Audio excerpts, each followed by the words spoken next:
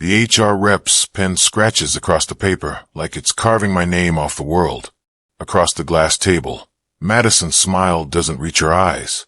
"Tom, we appreciate your years here," she says, tone dripping with politeness she doesn't mean. "But we've decided to move in a different direction." My chest tightens. Tomorrow is payday. Effective immediately, she adds. That phrase. 2 words that erase 4 years. I glance at the digital clock on the wall. 4:56 p.m. Friday. They couldn't even wait till closing. My laptop's already disabled. I can see the IT guy standing outside the glass door like a bouncer. My hands rest flat on the table, steady, while my mind races. For years of weekends, missed family dinners, late nights debugging code that kept this company alive. And this is how it ends. Madison slides a single sheet across the table. Termination notice. No cause listed. Just restructuring. The word feels hollow, like a lie wrapped in corporate speak. I signed it because what choice do I have? But something inside me shifts, cold and calculating. They think this is over. They have no idea what's coming. I'm handed a cardboard box and a fake smile. Madison pats my shoulder like I'm being escorted out of my own life. The box is standard issue, brown, already dented on one corner like it's been used for this exact purpose before. I wonder how many people walk this same path, carrying their dignity in recycled cardboard. In the elevator, I stare at the floor numbers blinking downward. Each beep feels like betrayal counting itself. 12, 11, 10. My reflection in the steel doors looks smaller than I remember. When the doors open, applause echoes from another room. Someone's birthday? No. A cost-saving success meeting. My stomach turns. They're celebrating while I'm being erased. The lobby security guard, Marcus, won't make eye contact. He's worked here as long as I have. Seen people come and go. He knows what this box means. Outside, rain hammers the sidewalk. No umbrella. The box grows heavier in my arms, soaking through. I stand there for a moment, letting the water run down my face. My car sits alone in the far corner of the lot where I always park. The walk feels like miles. Outside, it's raining like the universe's own commentary. I sit in my car, gripping the steering wheel until my knuckles ache. Not a single word from my so-called team. No text. No call. Nothing. Just silence louder than any goodbye. I check my phone. One notification. A company-wide email. We wish Tom Bennett all the best in his future endeavors. Future endeavors. Like I chose this. Like I'm moving on to something better instead of being thrown out before my paycheck clears. The words feel rehearsed, lifeless. I imagine Madison typing it with that same fake smile, hitting send without a second thought. My phone buzzes. Finally, but it's just my bank app. A reminder that my mortgage payment processes on Monday, 2 days away. And tomorrow's paycheck, the one I've been counting on, gone. They timed this perfectly. Friday afternoon before a payday weekend. Maximum damage, minimum time for me to react. But here's what they don't know. I don't need to react. I need to remember. And right now, sitting in this rain-soaked parking lot, I'm remembering everything, especially the contract they forgot existed. They laid me off right before payday, but they forgot about my stock agreement. That line repeats in my head like thunder, over and over, building momentum. They think they won. They think I'll crawl away quietly, update my resume, fade into irrelevance. Maybe send a bitter Glassdoor review in a few months when the anger turns to resignation. That's what they're counting on. But Madison made one critical mistake. She assumed I was just another employee who signed papers without reading them. She assumed I didn't understand what I built here, what I owned. For years ago, when Clearline Systems was barely 10 people in a cramped office, Alan Pierce looked me in the eye and said, "You'll own a piece of what you build." I believed him, and more importantly, I made sure it was in writing. Now, sitting here with rain drumming on the roof of my car, I feel something sharp and certain settling in my chest. Not anger. Don't panic. Clarity. They tried to cut me off before payday. But payday is about to become something they never saw coming. 2 years ago, Clearline Systems felt like a dream. a mid-sized analytics firm that said integrity like they meant it. I was one of the first 5 engineers, hired when the office was still a converted warehouse with exposed pipes and folding tables for desks. We worked weekends, missed birthdays, skipped vacations, not because we had to, but because we believed in Alan, in the mission, in the idea that we were building something that mattered. Back then, the founder, Alan Pierce, was different. He wore the same faded jeans every day, brought donuts on Fridays, knew everyone's name and their kids' names too. He'd sit with us during code reviews, ask real questions, and listen to answers. "You're not just employees," he told us during one late-night session. "You're partners." That word mattered. Partners. It meant something. It meant when the company grew, we'd grow with it. When Clearline landed its first major contract, Alan took the whole team out to dinner. Not some corporate chain. A real steakhouse. He raised his glass and said, "This is ours. Not mine. Ours." I remember believing every word. I still do. That's the problem. Alan slid a one-page contract across the table. "Vesting after 2 years," he said. "If you're terminated without cause, you keep your shares." It was simple. Clean. No legal jargon designed to confuse. Just a straightforward equity agreement.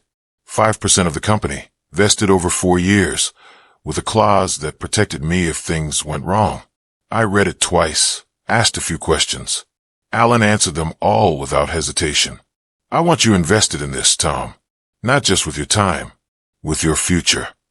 I signed without realizing that a single sentence would one day become my lifeline. The clause was buried in the middle of the page. Section 6. In the event of termination without cause, all vested shares transfer immediately to the employee and remain valid through any acquisition, merger, or sale of the company. I remember thinking it was generous, but unnecessary. Alan wouldn't fire anyone without cause. He wasn't that kind of leader.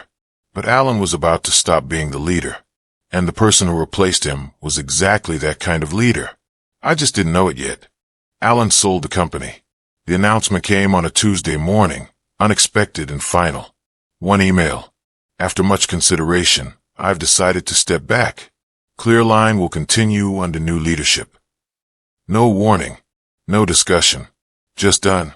Enter Madison Cole, the new operations director. Polished, calculating, impossible to read. She walked in with new hires, new rules, and one unspoken message: the old guard's expendable. Her first all-hands meeting set the tone. She stood at the front of the room in a tailored suit, hair pulled back tight, expression neutral. "We're going to streamline operations," she said. Streamline. That word would haunt us. Within 3 months, the office changed. The open-door policy disappeared. The Friday donuts stopped. People started getting called into closed-door meetings and leaving with boxes. Madison moved through the building like a surgeon, cutting away anything she deemed unnecessary. And the worst part, she smiled through all of it. That same empty smile I'd see across the table 2 years later. I should have left then, but I stayed. Stayed because I believed in the work. Believed my equity agreement meant something. Believed I was protected. I started being left out of meetings I used to lead. It happened slowly at first. An email thread I wasn't copied on. A calendar invite that went to everyone but me. Then it became obvious. The weekly strategy session I'd run for 3 years, reassigned to Kyle, a new hire fresh out of college with no experience in our systems. Reports I wrote suddenly had someone else's name at the top. I'd spend days analyzing data, drafting recommendations, polishing presentations. Then Madison would take the file, add her edits, and present it as a team effort. Except my name never made it onto the slides. Every will circle back from Madison felt like a quiet erasure. I'd suggest something in a meeting. She'd nod politely, then move on. 2 weeks later, that same idea would be implemented as if it came from her. When I brought it up once, carefully, professionally, she tilted her head and said, "Tom, we're all contributing here. It's not about individual credit." But it was. It was always about credit. About who got recognized, who got promoted, who got remembered. And I was being systematically forgotten. I started documenting everything. Every email. Every project. Every contribution. Not because I planned to use it. Just because something told me I'd need it. "Tom, you're doing great work," she'd say. Then assign my project to someone half my age. The praise always came with a pivot. But that word followed every compliment. "But we need fresh perspectives." But I think Kyle should take the lead on this one. "But let's have you focus on maintenance instead of development." Maintenance. The word stung worse than an insult. I wasn't building anymore. I was babysitting code written by people who'd already moved on to bigger roles. Every compliment felt like a countdown, a timer ticking toward an inevitable end. I'd see Madison in the hallway, and she'd flash that smile. "How's everything going, Tom?" Like she cared. Like she wasn't actively dismantling my career piece by piece. Other people noticed. Nate, one of the original engineers, pulled me aside during lunch one day. "She's doing it to all of us," he said quietly. "The veterans. Anyone who remembers how things used to be." I asked what we should do. He shrugged. "Keep your head down. Hope you're not next." But I already knew I was next. I could feel it in every interaction, every reassigned project, every meeting I wasn't invited to. The only question was when. My closest coworker, Nate, whispered, "She's replacing the veterans before bonus time. Keep your head down." We were standing by the coffee machine, voices low. Madison's office was just down the hall. The door cracked open. Nate glanced over his shoulder before continuing. 3 people let go in the last 2 months. All long-timers. All right before their bonuses vest. I nodded, but something burned inside me. Not fear. Anticipation. Because I knew something Nate didn't. Something Madison didn't. My equity agreement wasn't tied to bonus schedules. It was tied to time served. And I'd already crossed the 2-year threshold. My shares were vested. Locked in. Protected. If they fired me without cause, those shares transferred immediately. And if the company ever sold, I get paid. Nate kept talking about laying low, playing it safe, waiting for the storm to pass. But storms don't pass in places like this. They just pick their targets and move on. I finished my coffee, threw the cup away, and walked back to my desk. I pulled up the old contract file on my personal laptop, the one I kept at home, backed up in 3 places. Read it again. Section 6. Clear as day. They could fire me, but they couldn't take what I'd earned. Madison called a performance review. Her tone was syrupy sweet. "Just routine," she said over the phone. "Nothing to worry about. We're doing them for everyone." I knew immediately. This wasn't routine. Routine reviews happened in your manager's office, informal, collaborative. This was scheduled in the HR conference room. 45 minutes blocked on my calendar, with Madison and Patricia from Human Resources. I spent the morning preparing, not for the review, for what came after. I backed up my personal files, cleared my desk of anything that mattered, and took photos of my work. Documentation. Evidence. Proof. When I walked into that conference room at 2 p.m., Madison was already seated. So was Patricia, folders stacked neatly in front of her. The walls were glass. Everyone could see in. I sat down, folded my hands on the table, and waited. Madison started with small talk. "How was my weekend? Did I catch the game?" I answered politely, watching her face. She was stalling, building up to something. Finally, she cleared her throat. "Tom, we need to discuss some concerns about your performance." My heart didn't race. My hands didn't shake. I just nodded and waited for the lie. They called it a restructuring. They said my role was redundant. Madison's voice stayed steady, professional, like she was reading from a script. "We're consolidating teams, eliminating overlapping functions. Your position is one of several we're discontinuing." I asked, "Why today?" She didn't answer, just smiled like it was personal. Because it was. Patricia slid the termination letter across the table. 1 page. Standard language. Effective immediately due to restructuring. No cause. Those last 2 words mattered more than anything else on that paper. No cause. Not performance issues. Not misconduct. Not violation of policy. Just restructuring. Which meant legally, I'd done nothing wrong. Which meant my equity agreement remained intact. I read the letter slowly, letting them sit in silence. Madison shifted in her seat. Patricia clicked her pen. They wanted me to react, to argue, to beg for another chance. I did none of that. I just pulled out my own pen and signed. Madison exhaled, relieved. She thought I was giving up, accepting defeat, walking away quietly like everyone else. She had no idea what I'd just activated. I stood, shook Patricia's hand, and left without another word. The game wasn't over. It was just beginning. I drove home in silence, radio off. The world felt smaller, quieter. My apartment was dark when I arrived. I didn't turn on the lights, just sat on the couch, staring at the wall, letting the weight of the day settle. For years, gone in one meeting, but beneath the numbness, something sharp formed. Memory. That old stock agreement. I stood, walked to my desk, and opened my laptop. The file was right where I'd left it. Clearline Employee Equity Agreement, signed 2019. I clicked it open. My eyes scanned the familiar text until I found Section 6. In the event of termination without cause, all vested shares transfer immediately to the employee and remain valid through any acquisition, merger, or sale of the company. There it was. Black and white. Binding. Legal. They just fired me without cause, which meant my shares were mine. Fully vested. Fully protected. If Clearline ever sold, merged, or went public, I'd get paid. Not based on my salary. Based on equity. On ownership. On the value of what I'd helped build. I leaned back in my chair and allowed myself a small smile. They thought they'd cut me off before payday. They had no idea payday was about to get a lot bigger. I dug through an old folder on my laptop. There it was. Employee Equity Agreement, signed 2019.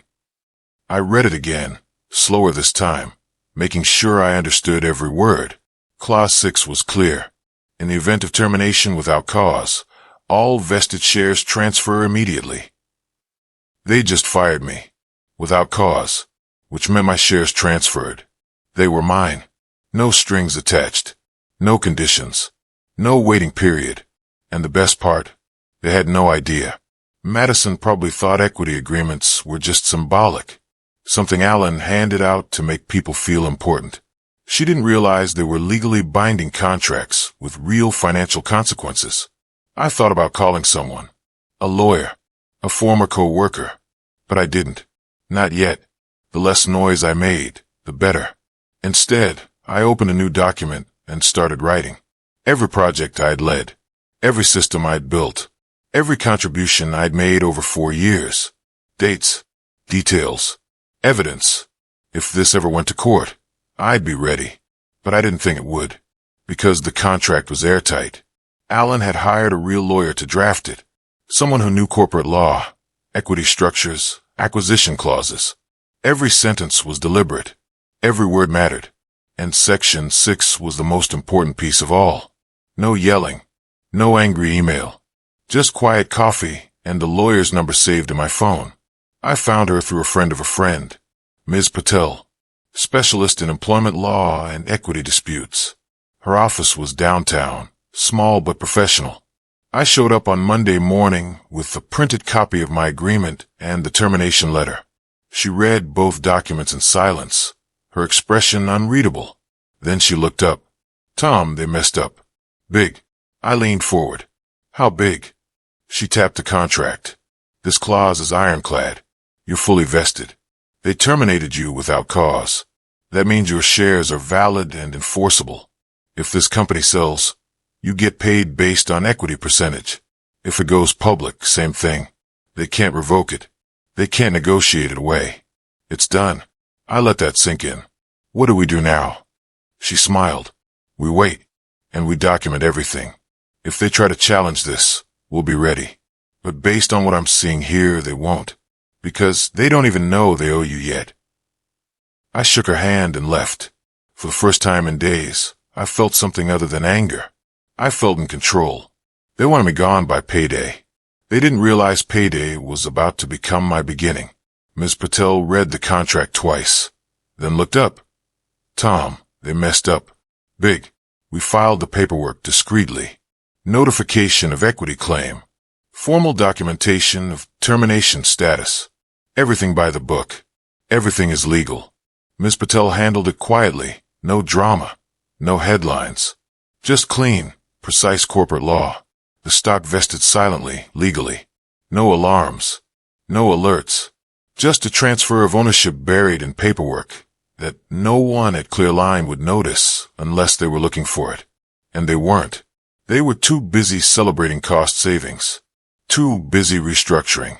Too busy moving forward without me. Ms. Patel sent me a copy of the filed documents. "Keep these somewhere safe," she said. "And don't say anything to anyone at your old company. Let them figure it out on their own." I agreed. Silence was the strategy now. Let Madison think she'd won. Let her believe I'd faded away quietly. Another name forgotten in corporate reshuffling. Because the moment they realized what that equity agreement meant, the moment they understood I still owned a piece of what they were building, that's when everything would change. But for now I waited. Patient. Quiet. Ready. Weeks passed.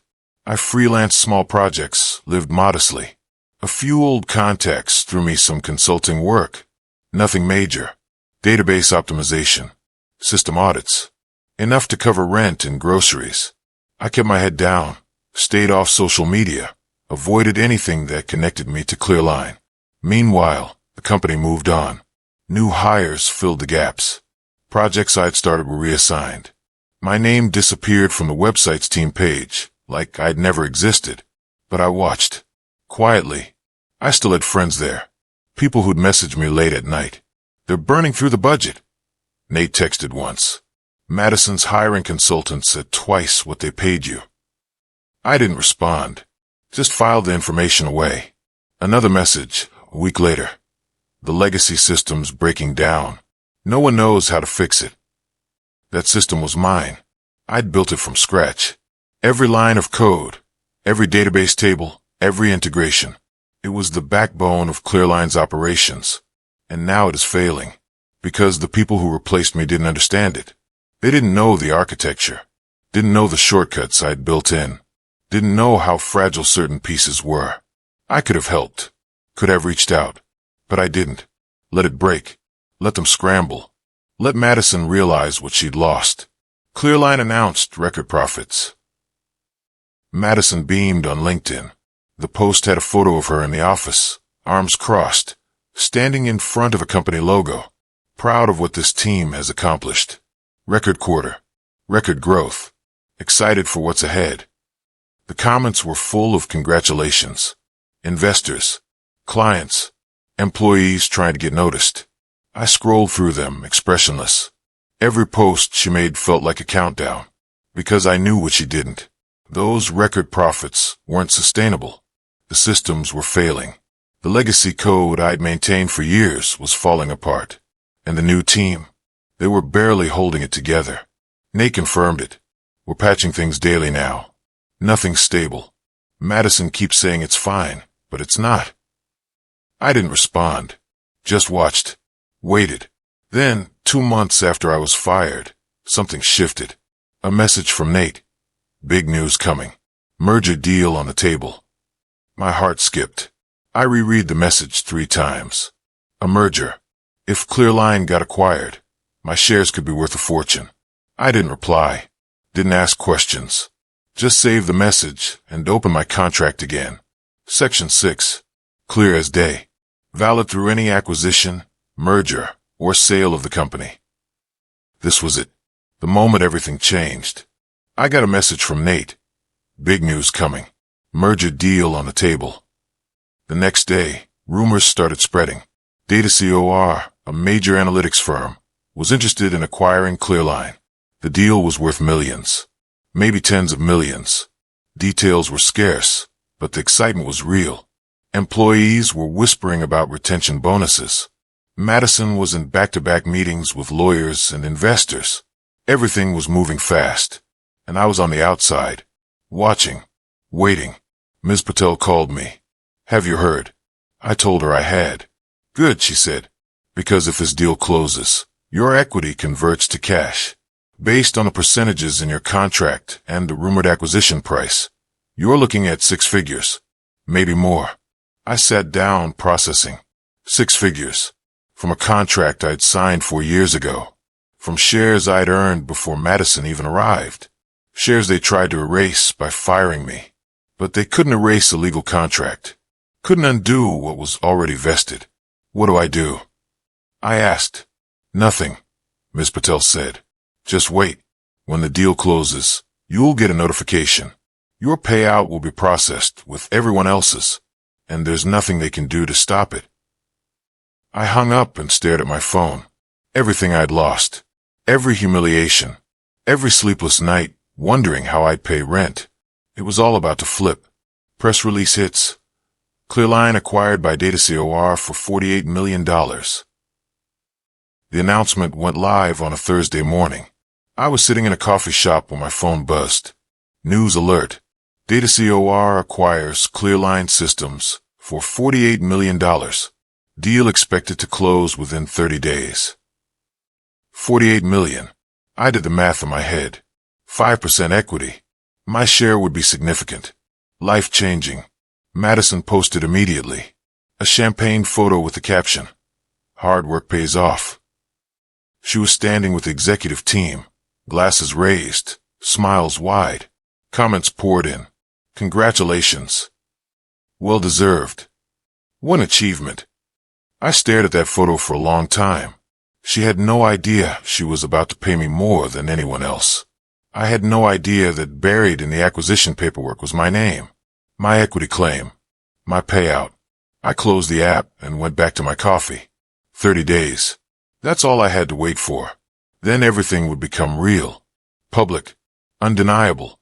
I imagined her face when she found out, when someone in accounting flagged the payment, when legal explained that the old equity agreements were still valid, when she realized the person she'd fired before payday was about to walk away with more money than she'd see in years.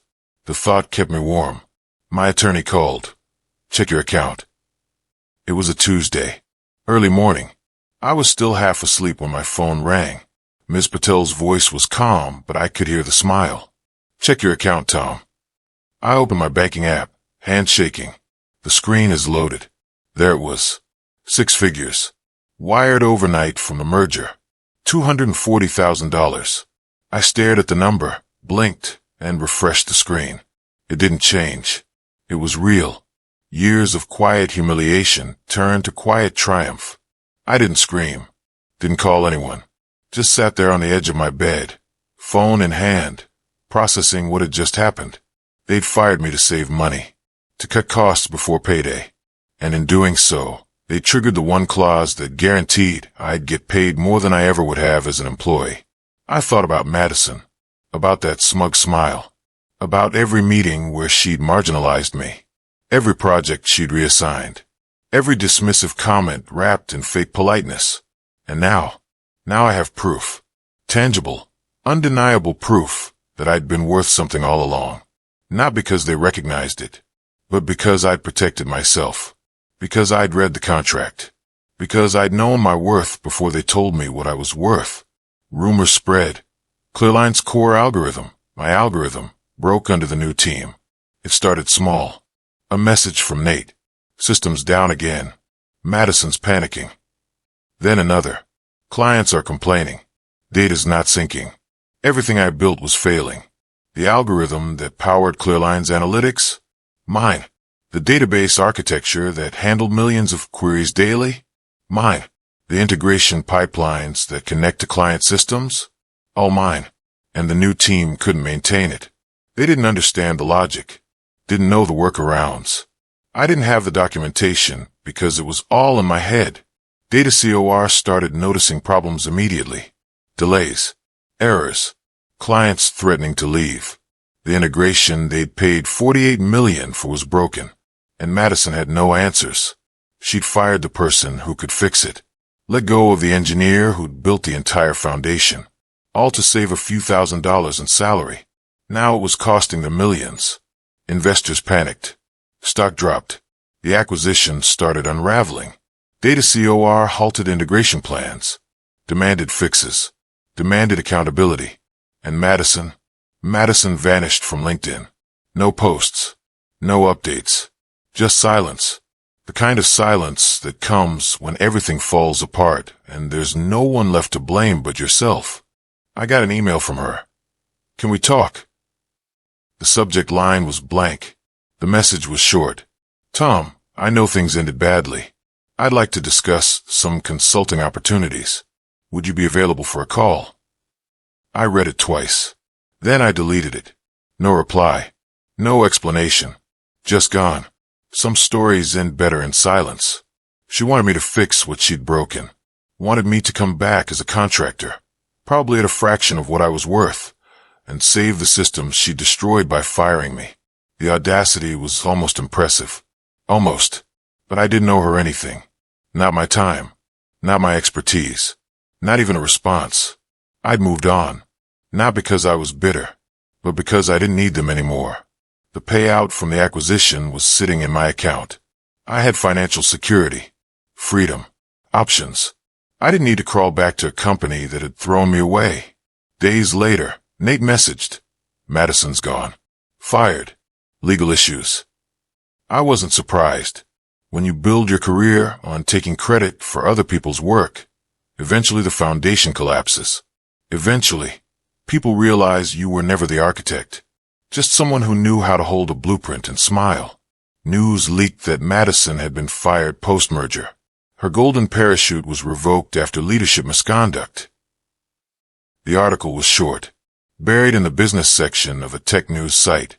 Clearline operations director terminated following acquisition issues. Leadership misconduct cited. No details. No quotes. Just enough to confirm what I already knew. She was done. The woman who'd smiled as she fired me was escorted out of her own glass office. Reputation destroyed. Career stalled. All because she'd underestimated the people she stepped on. I didn't celebrate. Didn't send the article to anyone. Didn't feel the satisfaction I thought I would. Just a quiet sense of completion. Justice. Not revenge. Justice. Meanwhile, my life had changed. I'd started my own consulting firm. Small. Independent. Just me and a handful of clients who valued what I brought to the table. No office politics. No fake smiles. No one is taking credit for my work. I set my own hours, my own rates, my own terms. And people paid. Because they knew what I was worth. My fiancée, Amanda, walked into the room with 2 coffees, smiling. "You look lighter," she said. I did. Lighter. Freer. Like I'd been carrying weight I didn't realize was there until it was gone. I'm sitting in a quiet cafe, laptop open, signing contracts with 3 new clients. Independent consultant now. My own boss, my own hours. Amanda walks in with 2 coffees, smiling. "You look lighter," she says. I do. I scroll past an old photo of Clearline's office. For years of loyalty, gone in a meeting. But worth every second for this lesson. Know your worth before they tell you what you're worth. They fired me before Payday. But because they forgot one sentence buried in a contract from 2019, I got paid more than anyone who stayed. More than Madison made in a year. More than I ever would have earned staying silent and loyal. The payout wasn't just money. It was validation. Proof that preparation matters. That documentation matters. That protecting yourself isn't cynical. It's smart. I close my laptop and look at Amanda. "What do you want to do today?" She smiles. "Anything." And that's the thing they took from me, then accidentally gave back. Freedom. The freedom to choose. To build. To walk away from things that don't serve me. They tried to erase me. Instead, they set me free. And that's worth more than any paycheck. If this story resonated with you, please give this video a thumbs up and share it with someone who needs to hear it. Drop a comment below about a time you had to fight for what was yours. And don't forget to subscribe to our channel for more powerful true stories every week. Hit that notification bell so you never miss a story about standing up, fighting back, and protecting what matters most.